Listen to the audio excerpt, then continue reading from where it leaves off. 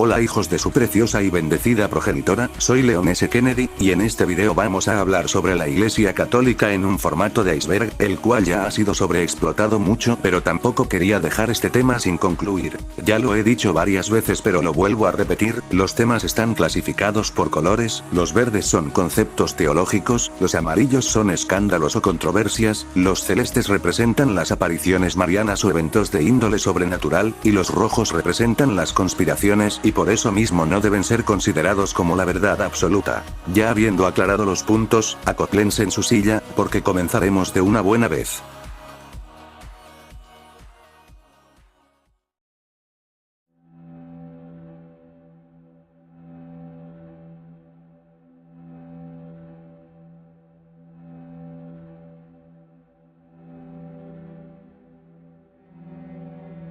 El caso Motara fue un controvertido episodio ocurrido en 1858 que expuso las tensiones entre la Iglesia Católica, la comunidad judía y las nacientes ideas modernas sobre derechos humanos. Edgardo Motara, un niño judío de 6 años nacido en Bolonia, fue secuestrado por las autoridades del Estado Pontificio luego de que una sirvienta cristiana afirmara haberlo bautizado en secreto cuando estaba enfermo, temiendo que muriera sin salvación. Bajo las leyes canónicas del Estado Papal, un niño cristianizado no podía ser criado por padres no cristianos, por lo que el Papa Pío IX ordenó su retiro del hogar familiar para ser educado en la fe católica. El hecho generó una ola de protestas internacionales involucrando a gobiernos como el de Francia, Reino Unido y Estados Unidos, además de numerosas figuras intelectuales y religiosas. Sin embargo, el Papa se negó a devolverlo defendiendo su autoridad espiritual por encima de la presión política. Edgardo fue criado en el Vaticano, se convirtió en sacerdote y defendió más tarde la decisión papal, aunque el caso quedó como un símbolo del absolutismo religioso, el antisemitismo institucionalizado de la época y la colisión entre el poder eclesiástico y los derechos civiles.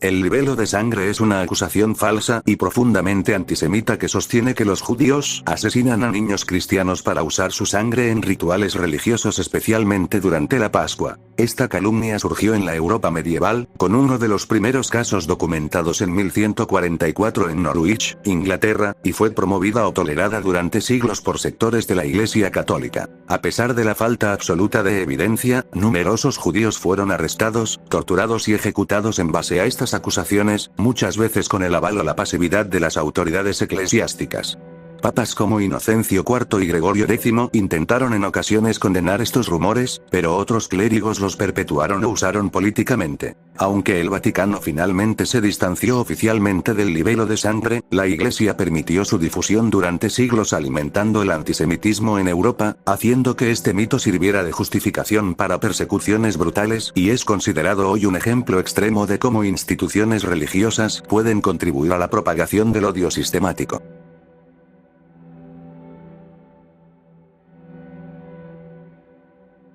La tesis de Giuseppe Siri es una teoría de conspiración que afirma que el cardenal italiano Giuseppe Siri, conocido por su postura ultraconservadora, fue en realidad elegido papa en al menos uno de los cónclaves de 1958 o 1963, pero que su elección fue ocultada o anulada por presiones externas. Según los defensores de esta teoría, Siri habría tomado el nombre de Gregorio XVII, pero habría sido forzado a renunciar a su elección por amenazas supuestamente provenientes de grupos masones, comunistas o incluso gobiernos extranjeros que temían a un papado fuertemente tradicionalista. Esta idea es popular en círculos sedevacantistas y católicos integristas, quienes creen que la Iglesia entró en apostasía tras el Concilio Vaticano II, y que Siri habría sido el último verdadero pontífice legítimo. Sin embargo, no hay pruebas documentales creíbles que respalden esta tesis, y el propio Siri jamás la reconoció públicamente.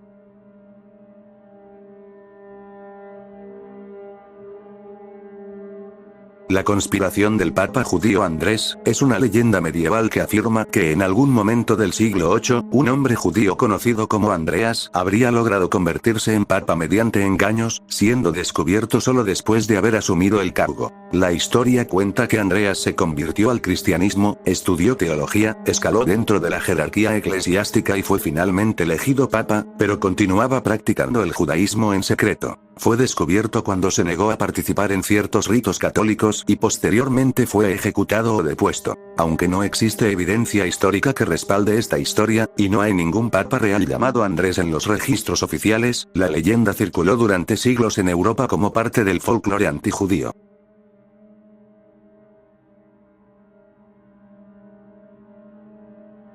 La conspiración de que el Vaticano posee la menorá original del Segundo Templo de Jerusalén, es una teoría de larga data que sostiene que el candelabro sagrado judío saqueado por los romanos tras la destrucción del templo en el año 70 después de Cristo, fue llevado a Roma y que hoy se encuentra oculto en los archivos o bóvedas secretas del Vaticano. Esta creencia se basa principalmente en el relieve del Arco de Tito, donde se representa a los soldados romanos transportando la menorá como botín de guerra, y en relatos históricos que indican que los tesoros del templo fueron llevados a Roma y almacenados. Algunos investigadores y figuras públicas han sostenido que tras la caída del Imperio Romano y la acumulación de reliquias por parte de la Iglesia, el Vaticano pudo haber conservado este objeto sagrado. Sin embargo, no existe prueba documental ni arqueológica que confirme que la menorá aún existe, ni mucho menos que esté en posesión de la Iglesia.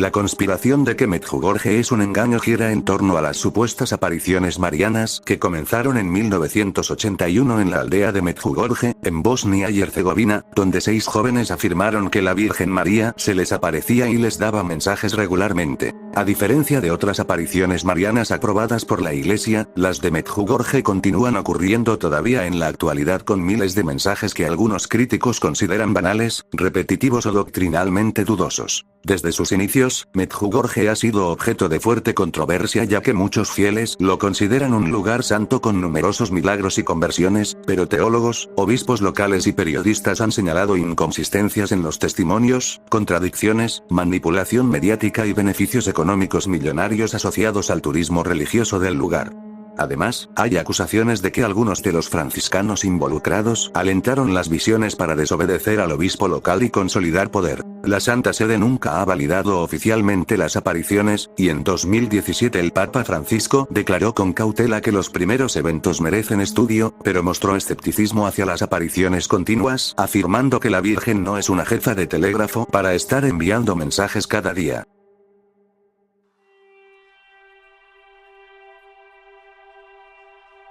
La teoría de que los Illuminati organizaron la Revolución Francesa es una conspiración que surgió a finales del siglo XVIII y sostiene que la revuelta no fue un levantamiento espontáneo del pueblo, sino parte de un plan orquestado por la Orden de los Illuminati de Baviera, una sociedad secreta fundada en 1776 por Adam Weishaupt con la intención de promover el racionalismo y el secularismo. Según esta idea, los Illuminati se infiltraron en logias masónicas, gobiernos y círculos intelectuales para socavar la monarquía, destruir la Iglesia católica y propagar un nuevo orden laico y ateo. Esta teoría habría sido difundida principalmente por autores conservadores y contrarrevolucionarios. Aunque históricamente no hay pruebas que conecten directamente a los Illuminati con los eventos descritos, la teoría ganó tracción entre monárquicos y sectores eclesiásticos, alimentando el miedo a un complot global contra el cristianismo y la autoridad religiosa.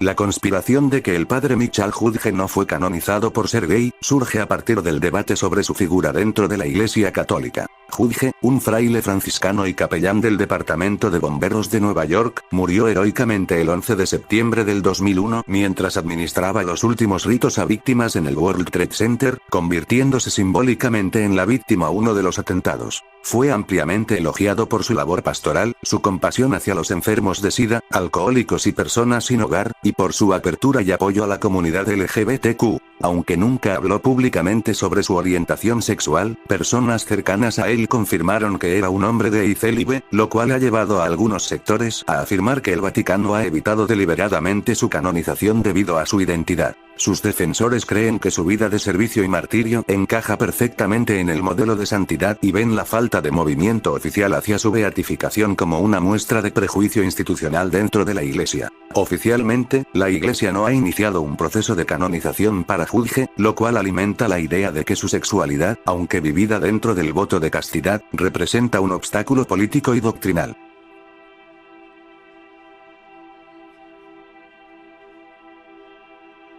Tradición, Familia y Propiedad, es una organización católica tradicionalista fundada en Brasil en 1960 por Plinio Correa de Oliveira, que ha sido objeto de múltiples controversias y acusaciones a lo largo de las décadas. Aunque se presenta como defensora de los valores católicos clásicos, el grupo ha sido criticado tanto por sectores progresistas como conservadores dentro de la Iglesia por su ideología ultraconservadora, su culto a la personalidad de su fundador y su estructura cuasi sectaria. También promueven una visión de la sociedad basada en la monarquía, el orden aristocrático y el rechazo frontal al comunismo, al socialismo y a cualquier reforma progresista dentro o fuera de la Iglesia, incluyendo el Concilio Vaticano II. Aunque el grupo no ha sido oficialmente condenado por el Vaticano, su estatus dentro de la Iglesia es ambiguo y muchas de sus ramas internacionales operan de forma paralela o sin aprobación eclesial formal, lo que refuerza su imagen de grupo marginal con pretensiones teocráticas.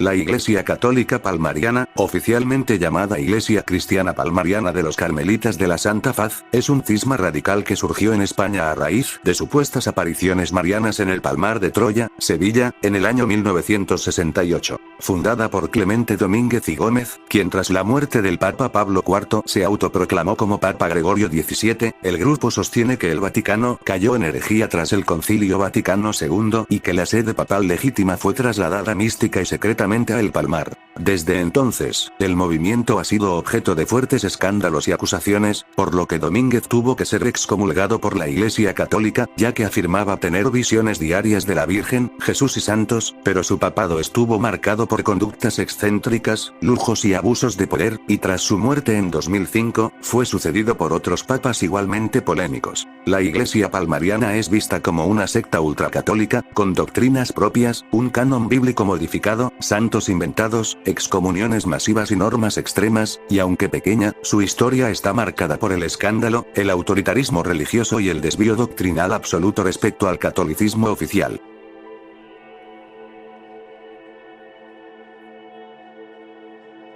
La conspiración de que el Papa Pablo VI fue reemplazado por un impostor es una teoría difundida principalmente por círculos sedevacantistas y tradicionalistas extremos que rechazan las reformas del Concilio Vaticano II. Según esta teoría, alrededor de 1972, Pablo VI habría sido secuestrado o asesinado y sustituido por un doble con el fin de imponer cambios modernistas dentro de la Iglesia como la nueva misa en lengua vernácula, el ecumenismo o la apertura al mundo secular. Los defensores de esta idea citan supuestas diferencias físicas entre el verdadero Pablo VI y su presunto reemplazo y afirman que este impostor fue controlado por fuerzas masónicas, comunistas o anticristianas infiltradas en el Vaticano. También se apoyan en profecías marianas dudosas o no reconocidas por la Iglesia para justificar su versión. Sin embargo, no existe ninguna evidencia creíble ni respaldo histórico o científico para esta teoría, y las fotografías, grabaciones y testimonios contemporáneos desmienten cualquier cambio radical en la identidad del Papa.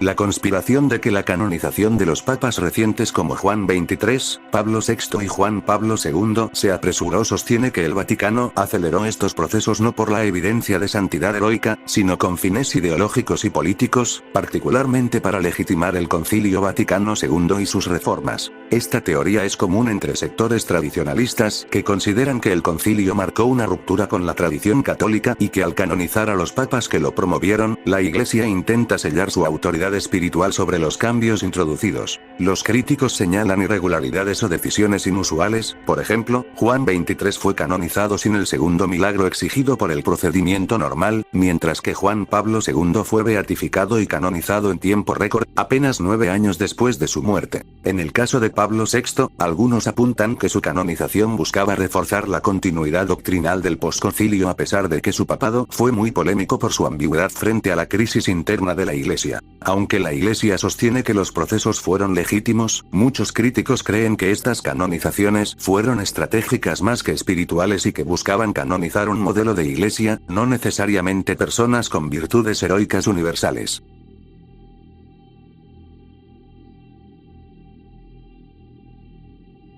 El escándalo de que el Partido Comunista Chino secuestra obispos católicos es una realidad documentada dentro del largo conflicto entre la Iglesia Católica y el régimen comunista chino. Durante décadas, el gobierno ha buscado controlar estrictamente el ejercicio de la religión mediante instituciones como la Asociación Patriótica Católica China, una iglesia oficial separada de Roma y sometida al Estado. Los obispos y sacerdotes que se niegan a unirse a esta estructura, permaneciendo fieles al Papa, son considerados parte de la llamada Iglesia clandestina, que es severamente perseguida, y el escándalo se ha agravado con múltiples casos en los que obispos leales a Roma han sido arrestados, desaparecidos o enviados a reeducación por las autoridades chinas. La situación ha generado fuertes críticas al acuerdo secreto entre el Vaticano y China renovado en 2022, que busca normalizar el nombramiento de obispos pero que según muchos, ha favorecido al régimen y debilitado a la Iglesia clandestina. Para muchos católicos, este pacto ha significado un silencio incómodo del Vaticano ante la represión de sus propios obispos y fieles, lo que convierte este asunto en un escándalo geopolítico y religioso de gran escala.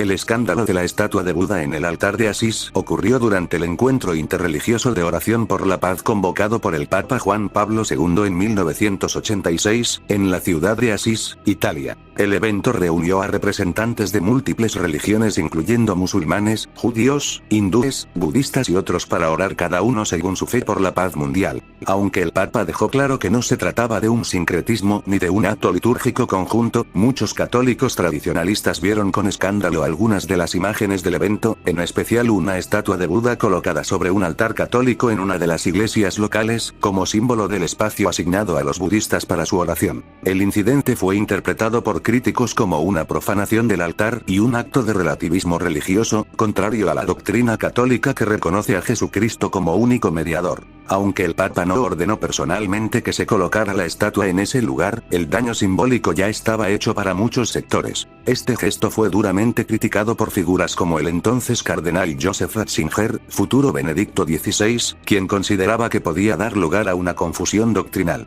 Desde entonces, el caso se ha convertido en un ejemplo frecuente citado por quienes acusan al Vaticano posconciliar de haber abrazado el ecumenismo a costa de la verdad católica y sigue siendo un tema de división entre católicos progresistas y tradicionalistas.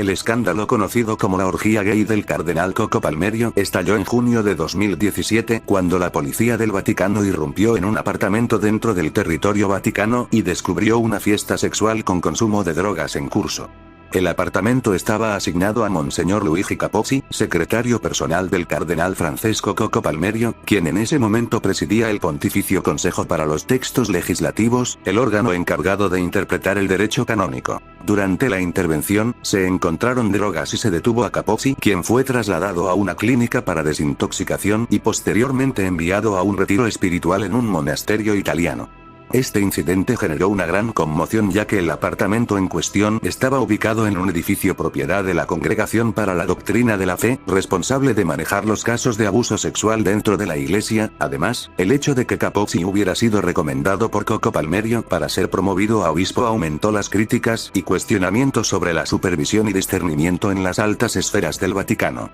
Aunque el cardenal Coco Palmerio no fue acusado de ningún delito ni se encontraba presente durante la redada, el escándalo afectó su reputación y planteó dudas sobre la existencia de una posible lobby gay dentro de la curia romana.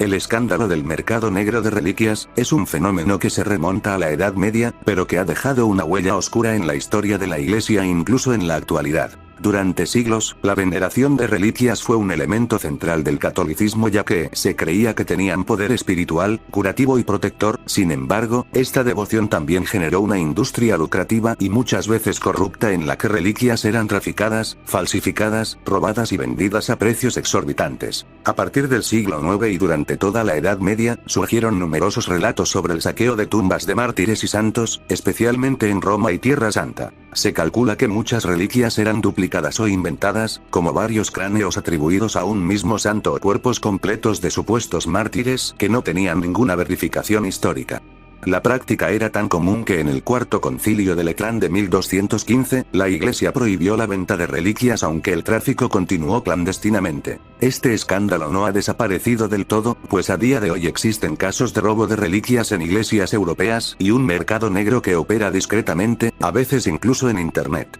Aunque el Vaticano mantiene un control más riguroso sobre las reliquias reconocidas oficialmente, el comercio clandestino persiste impulsado por el misticismo popular y el valor simbólico que aún tienen estos objetos sagrados.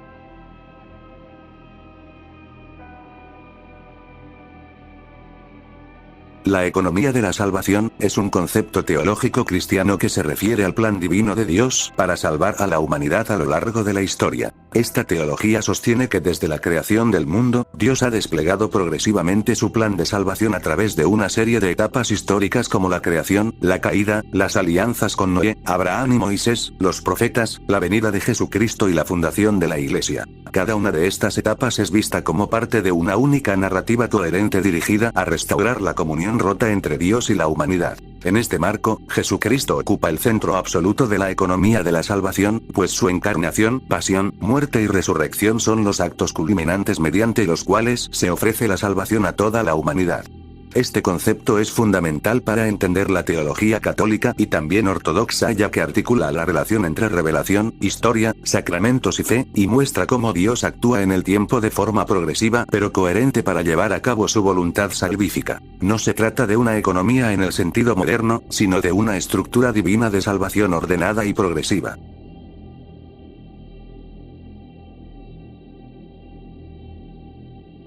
La conspiración de que San Jerónimo tradujo mal la Vulgata se basa en la crítica de que su famosa traducción de la Biblia al latín contiene errores intencionales o significativos que habrían afectado la teología y doctrina cristiana durante siglos. Algunos críticos, especialmente desde posturas protestantes o revisionistas, argumentan que Jerónimo tergiversó ciertos pasajes clave ya sea por influencias doctrinales, errores lingüísticos o malas fuentes. Aunque los eruditos modernos reconocen que toda traducción implica cierto grado de interpretación y que Jerónimo trabajó con los textos disponibles en su época, la Vulgata fue declarada texto oficial de la Iglesia por más de 1000 años, lo que da peso a los posibles errores o sesgos en ella. Esta conspiración sugiere que errores estratégicos en la Vulgata afectaron dogmas como el purgatorio, la transubstanciación o el papel de María, y plantea preguntas sobre cuán confiable es una doctrina que se basa en traducciones discutidas. Sin embargo, la Iglesia Católica ha defendido históricamente la fidelidad de Jerónimo, y considera que la Vulgata fue guiada por la inspiración divina en el marco de la tradición.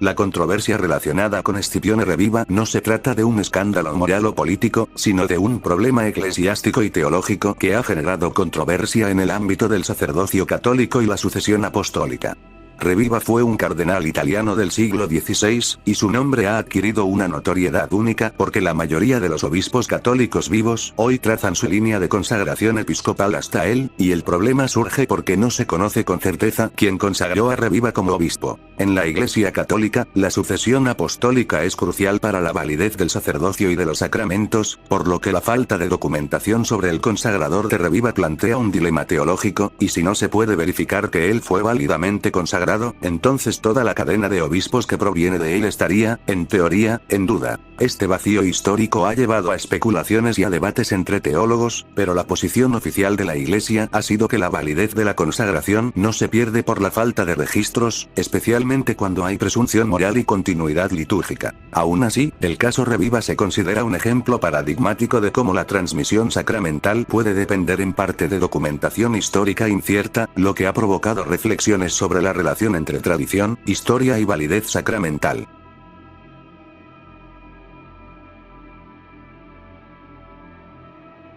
La conspiración de que la adelfopoiesis era un matrimonio homosexual entre cristianos medievales, surge de una lectura moderna de un rito antiguo. Este ritual, practicado principalmente en la Iglesia ortodoxa, buscaba unir a dos personas del mismo sexo como hermanos espirituales, lo cual implicaba oraciones, encadenamiento simbólico, compartir la Eucaristía y palabras de amor y apoyo mutuo. Hoy en día persiste el debate, mientras que algunos la ven como precursor de las relaciones del mismo sexo reconocidas por la Iglesia, otros la consideran una cofradía laica sin connotación matrimonial ni sexual. Sin embargo, no hay evidencia de que pruebe que este rito fuera para parejas homosexuales, sino que se trataba de un lazo espiritual y legal de hermandad.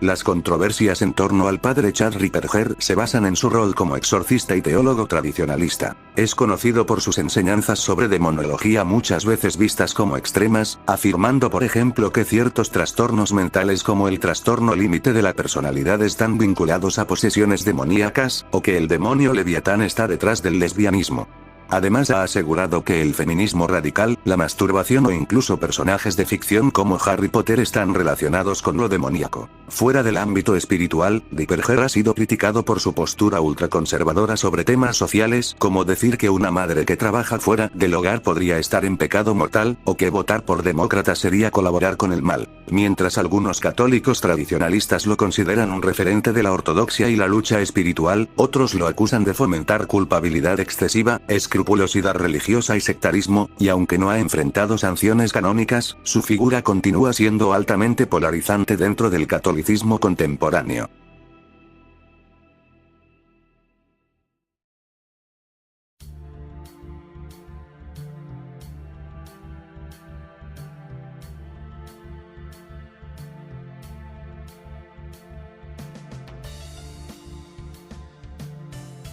La conspiración del cronovisor del Vaticano es una de las teorías más populares y extrañas relacionadas con el ocultismo tecnológico y la Iglesia. Según esta historia, el cronovisor sería un dispositivo secreto desarrollado en los años 50 por científicos bajo la supervisión del padre Pellegrino Ernetti, un monje benedictino italiano. Este aparato supuestamente permitiría ver eventos del pasado como si fueran proyectados en una pantalla, lo que implicaría que el Vaticano tendría acceso visual a momentos clave de la historia. Ernetti, que también era un músico y científico, afirmó haber trabajado en el cronovisor junto a científicos notables y que el dispositivo estaba basado en principios de física cuántica y resonancias electromagnéticas. El relato ganó notoriedad en los años 1970, cuando se publicaron fotos del cronovisor mostrando supuestamente a Jesús en la cruz, aunque más tarde se demostró que una de las imágenes era una representación artística ampliamente conocida. El Vaticano nunca confirmó la existencia de tal máquina, pero tampoco emitió una condena oficial directa, y esto para muchos conspiracionistas fue interpretado como una prueba de encubrimiento y alimentó la teoría de que el aparato fue desmantelado y ocultado debido a su poder para alterar la comprensión histórica, religiosa y política del mundo.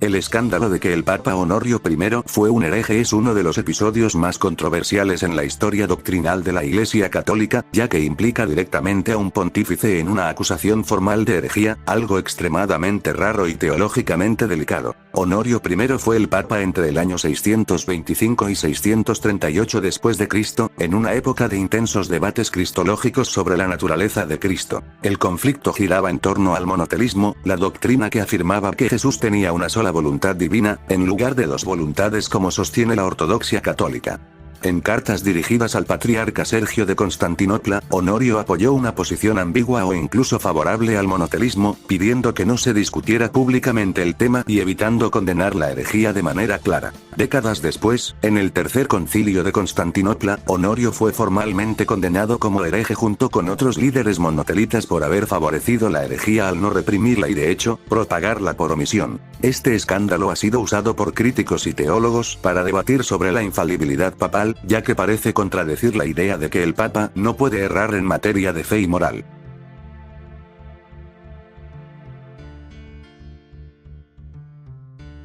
El escándalo de Basula Riden gira en torno a sus afirmaciones de recibir revelaciones directas de Jesucristo, y que ha transmitido en una extensa serie de escritos conocidos como La verdadera vida en Dios. Aunque Riden es una figura laica nacida en Egipto y de ascendencia griega ortodoxa, sus mensajes han atraído la atención de muchos católicos y cristianos de otras denominaciones, así como la preocupación de las autoridades eclesiásticas, especialmente del Vaticano. Desde finales de los años 80, Riden afirmó que Jesús le dictaba mensajes espirituales que ella transcribía con un estilo caligráfico particular que según ella, también forma parte del fenómeno místico. Sus mensajes promueven la unidad entre las iglesias cristianas, el arrepentimiento y el regreso a una vida centrada en Dios. Sin embargo, han sido objeto de controversia por su tono profético, contenido doctrinal ambiguo, y por presentarse como revelaciones privadas con autoridad casi divina. No obstante, el Vaticano nunca ha levantado completamente las reservas sobre su obra y muchos sectores de la Iglesia continúan viéndola como una figura problemática que difunde una espiritualidad carismática no supervisada.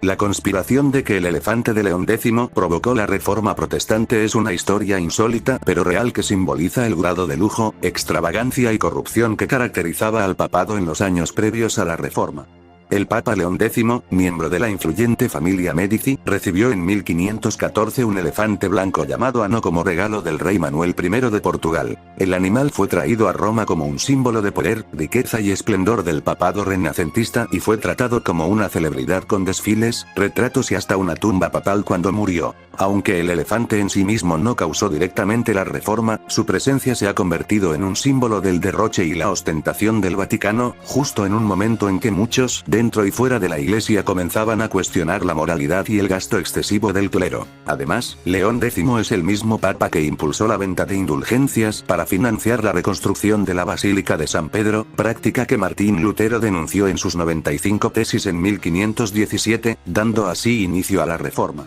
La narrativa del elefante de la Reforma ha sido usada por algunos como una manera sarcástica o metafórica de ilustrar cómo el papado perdió el contacto con la espiritualidad y se sumió en lujos paganos, lo que indignó a muchos fieles.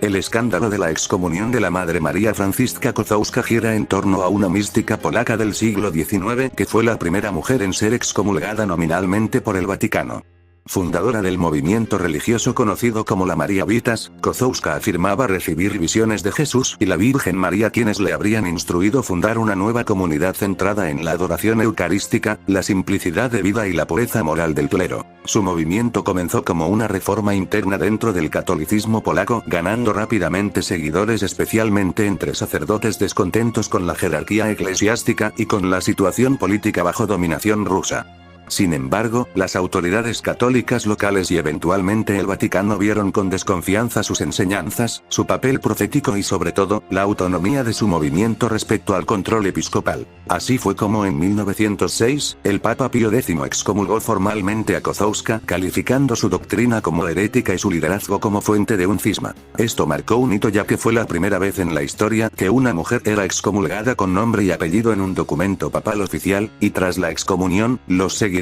de Kozłowska establecieron la Iglesia Católica Mariavita, que con el tiempo ordenó mujeres sacerdotes, permitió el matrimonio clerical y adoptó otras reformas radicales. El escándalo no solo puso en tela de juicio el papel de las mujeres en la Iglesia, sino también la resistencia institucional a los movimientos proféticos o carismáticos liderados por laicos, especialmente mujeres.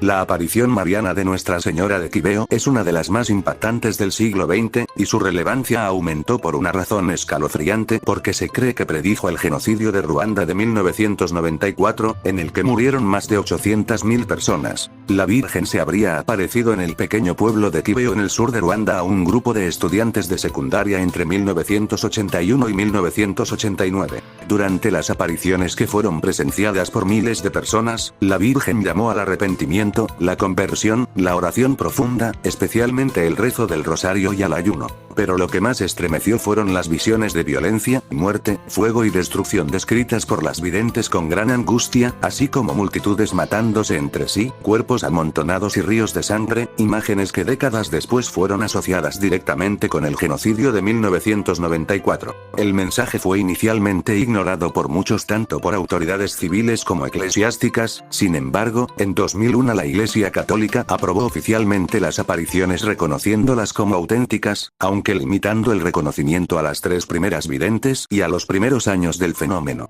Quibeo es hoy un lugar de peregrinación y de memoria no solo religiosa, sino también nacional, pues varias de las videntes fueron asesinadas durante el genocidio, y estas apariciones se distinguen porque no solo tienen una fuerte carga mística, sino también una dimensión profética vinculada directamente con una tragedia histórica.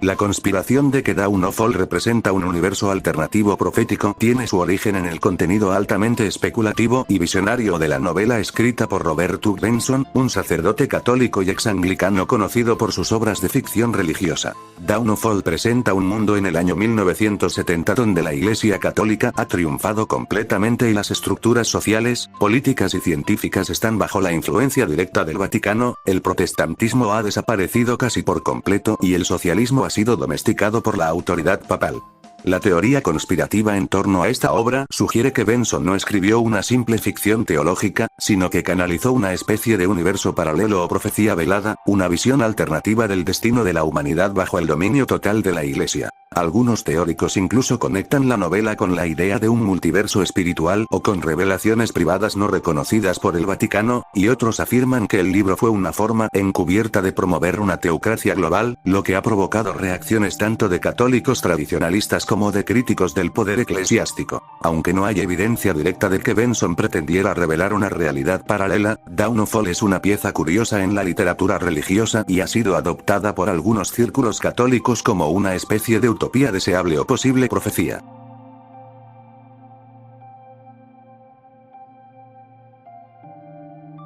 La conspiración sobre los asesinatos de los monjes de Tibirine gira en torno a uno de los episodios más oscuros y controvertidos del conflicto armado en Argelia durante los años 90. En 1996 7 monjes trapenses franceses del monasterio de Notre Dame del Atlas, ubicado en Tibirine, fueron secuestrados y posteriormente asesinados en circunstancias aún debatidas. El extremista grupo islámico armado se atribuyó la autoría del crimen alegando que lo hicieron como represalia contra la colaboración entre Francia y el gobierno argelino, sin embargo, pronto surgieron serias dudas sobre esa versión. Una de las teorías más persistentes es que los monjes no fueron asesinados por los islamistas, sino accidentalmente por el ejército argelino durante una fallida operación militar. Según esa versión, los monjes estaban retenidos por el grupo islamista, pero el ejército argelino bombardeó el campamento sin saber que estaban allí, causando su muerte, y luego encubrió el incidente al decapitar los cuerpos y entregar solo las cabezas, para no revelar la causa real de la muerte. Las dudas se intensificaron en 2009, cuando un general francés retirado testificó que había recibido información directa de que un helicóptero del ejército argelino había matado accidentalmente a los monjes, pero a pesar de estos testimonios, las investigaciones no han llegado a una conclusión definitiva y el acceso a documentos oficiales sigue restringido.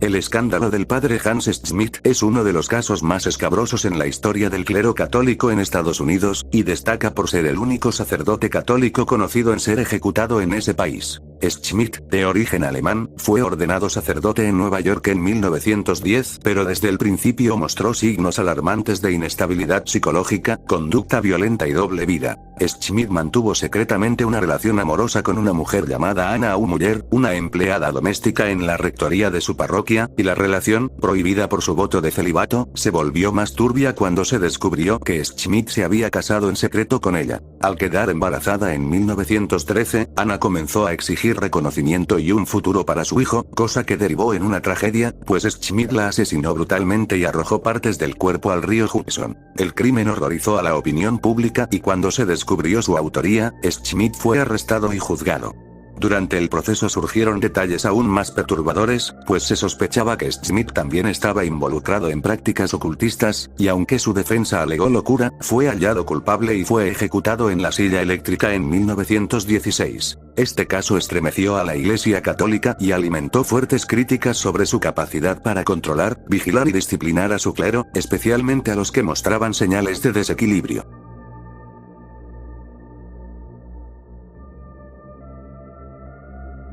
La afirmación de que el molinismo es una forma temprana de teoría del multiverso es una interpretación contemporánea y especulativa que surge de una lectura creativa de esta teología, desarrollada por el teólogo jesuita Luis de Molina en el siglo XVI. El molinismo intenta conciliar dos ideas aparentemente contradictorias, la soberanía absoluta de Dios y la libertad humana, y para ello, Molina propuso la existencia de un tipo especial de conocimiento divino llamado ciencia media. Este conocimiento intermedio es el que Dios tendría acerca de lo que cualquier criatura libre haría en cualquier circunstancia posible. En base a eso, Dios habría creado el mundo en el que se realizarían libremente los actos que llevarían a sus fines providenciales sin violar el libre albedrío. La reinterpretación moderna propone que esta teoría implica en esencia una forma de multiverso teológico, ya que si Dios conoce todas las realidades posibles, entonces debe haber concebido todos los mundos posibles, y el mundo actual sería solo uno entre infinitos escenarios alternativos. Aunque el molinismo no afirma literalmente que esos mundos alternativos existen ontológicamente, sí plantea que Dios los conoce con tal precisión que se comportan como reales en su mente.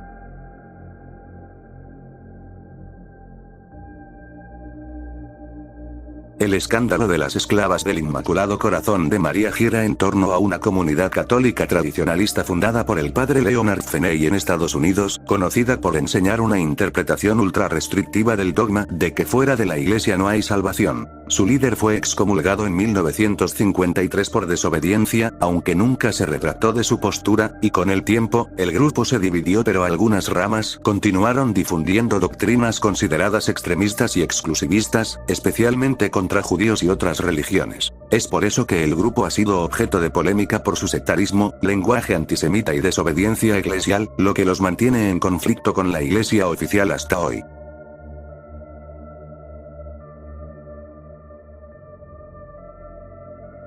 El padre Gabriele Amor era un firme defensor de las apariciones de Medjugorje a pesar de las dudas del Vaticano sobre su autenticidad. Amort afirmaba que la Virgen María se aparecía realmente allí y veía esos mensajes como parte de una batalla espiritual entre el bien y el mal, en línea con su visión del mundo centrada en la lucha contra el demonio. Su respaldo a Medjugorje fue polémico especialmente porque algunos dentro de la Iglesia lo consideraban un fenómeno no aprobado o incluso sospechoso. Aún así, Amort sostuvo públicamente que la Virgen estaba activa en la lucha contra Satanás y veía estas apariciones como una señal de advertencia para la humanidad. Si bien no existen pruebas de que él haya tenido una aparición personal, su papel como difusor de mensajes marianos proféticos ha sido parte de su legado más controvertido.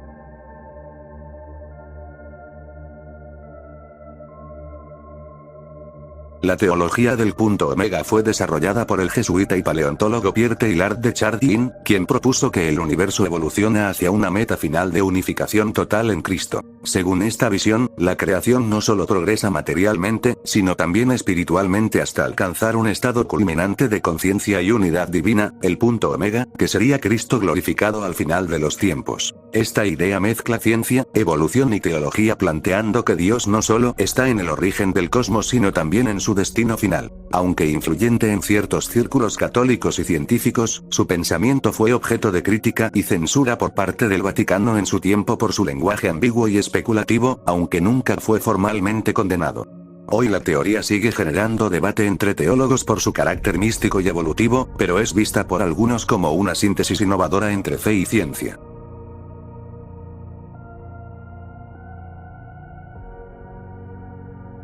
El escándalo sobre que San Óscar Romero fue asesinado por la CIA es una teoría no confirmada pero ampliamente discutida. Óscar Romero, arzobispo de San Salvador y defensor de los derechos humanos, fue asesinado en 1980 mientras celebraba una misa, y la investigación histórica señala que su asesinato fue ordenado por el mayor Roberto Dawson, líder de escuadrones de la muerte de extrema derecha y vinculado al ejército salvadoreño. La acusación contra la CIA proviene de documentos y testimonios que apuntan a que Estados Unidos apoyó y entrenó a fuerzas salvadoreñas responsables de violencia sistemática durante la guerra civil, incluidos grupos asociados con el asesinato de Romero. Aunque no hay pruebas directas de que la CIA haya ordenado su muerte, sí se documenta su colaboración con figuras clave implicadas en la represión. Esto ha alimentado la narrativa de que Romero fue víctima indirecta de la intervención estadounidense en América Latina, lo que convierte su asesinato en un símbolo de la complicidad entre geopolítica y violencia contra líderes religiosos comprometidos con la justicia social.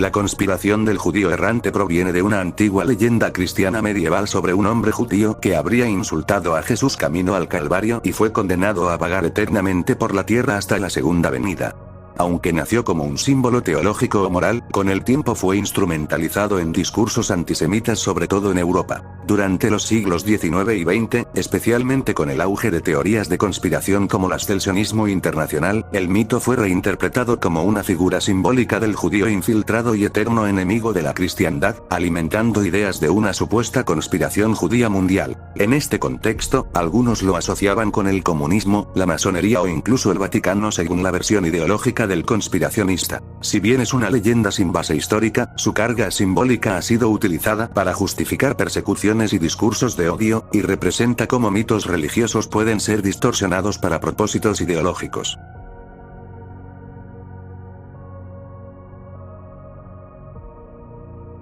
La conspiración del engaño de la adquisición de Microsoft fue en realidad una broma viral difundida en diciembre de 1994, cuando se publicó un falso comunicado de prensa en Internet afirmando que Microsoft había comprado la Iglesia Católica. El texto decía que la fusión permitiría a los fieles realizar comuniones en línea y que sería el primer paso hacia la integración de la Iglesia y el Estado en el ciberespacio. El mensaje era una sátira sobre el poder creciente de las grandes corporaciones tecnológicas y la digitalización de la vida cotidiana, pero muchas personas lo tomaron en serio, lo que llevó a Microsoft a emitir una declaración oficial negando cualquier relación con la Iglesia Católica. Esta farsa se convirtió en uno de los primeros grandes hoaxes de Internet y a menudo se cita como un caso temprano de cómo la desinformación puede propagarse rápidamente en Internet.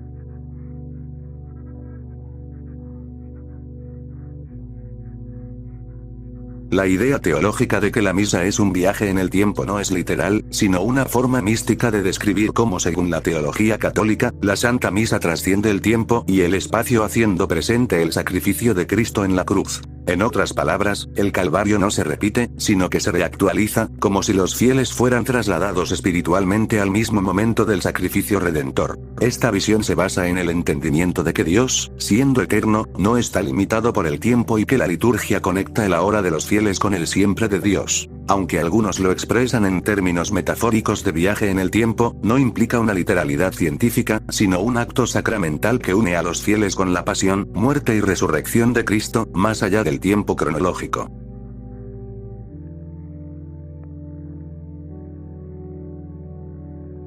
El escándalo de Cecile von Beck es uno de los casos criminales más perturbadores dentro de una institución religiosa. Entre 1976 y 1977, mientras trabajaba como enfermera en un asilo de ancianos en Wetteren, Bélgica, asesinó al menos a 3 pacientes mediante sobredosis de insulina, y también habría robado dinero de los internos para financiar su adicción a medicamentos opioides. Las autoridades eclesiásticas y civiles descubrieron el caso tras notar irregularidades, y aunque confesó los crímenes, fue declarada legalmente insana y no enfrentó un juicio penal, siendo internada en una institución psiquiátrica. El caso generó indignación pública tanto por la brutalidad de los actos como por el hecho de que una religiosa hubiera cometido los crímenes en un entorno de cuidado, y algunos denunciaron además un encubrimiento inicial por parte de las autoridades religiosas.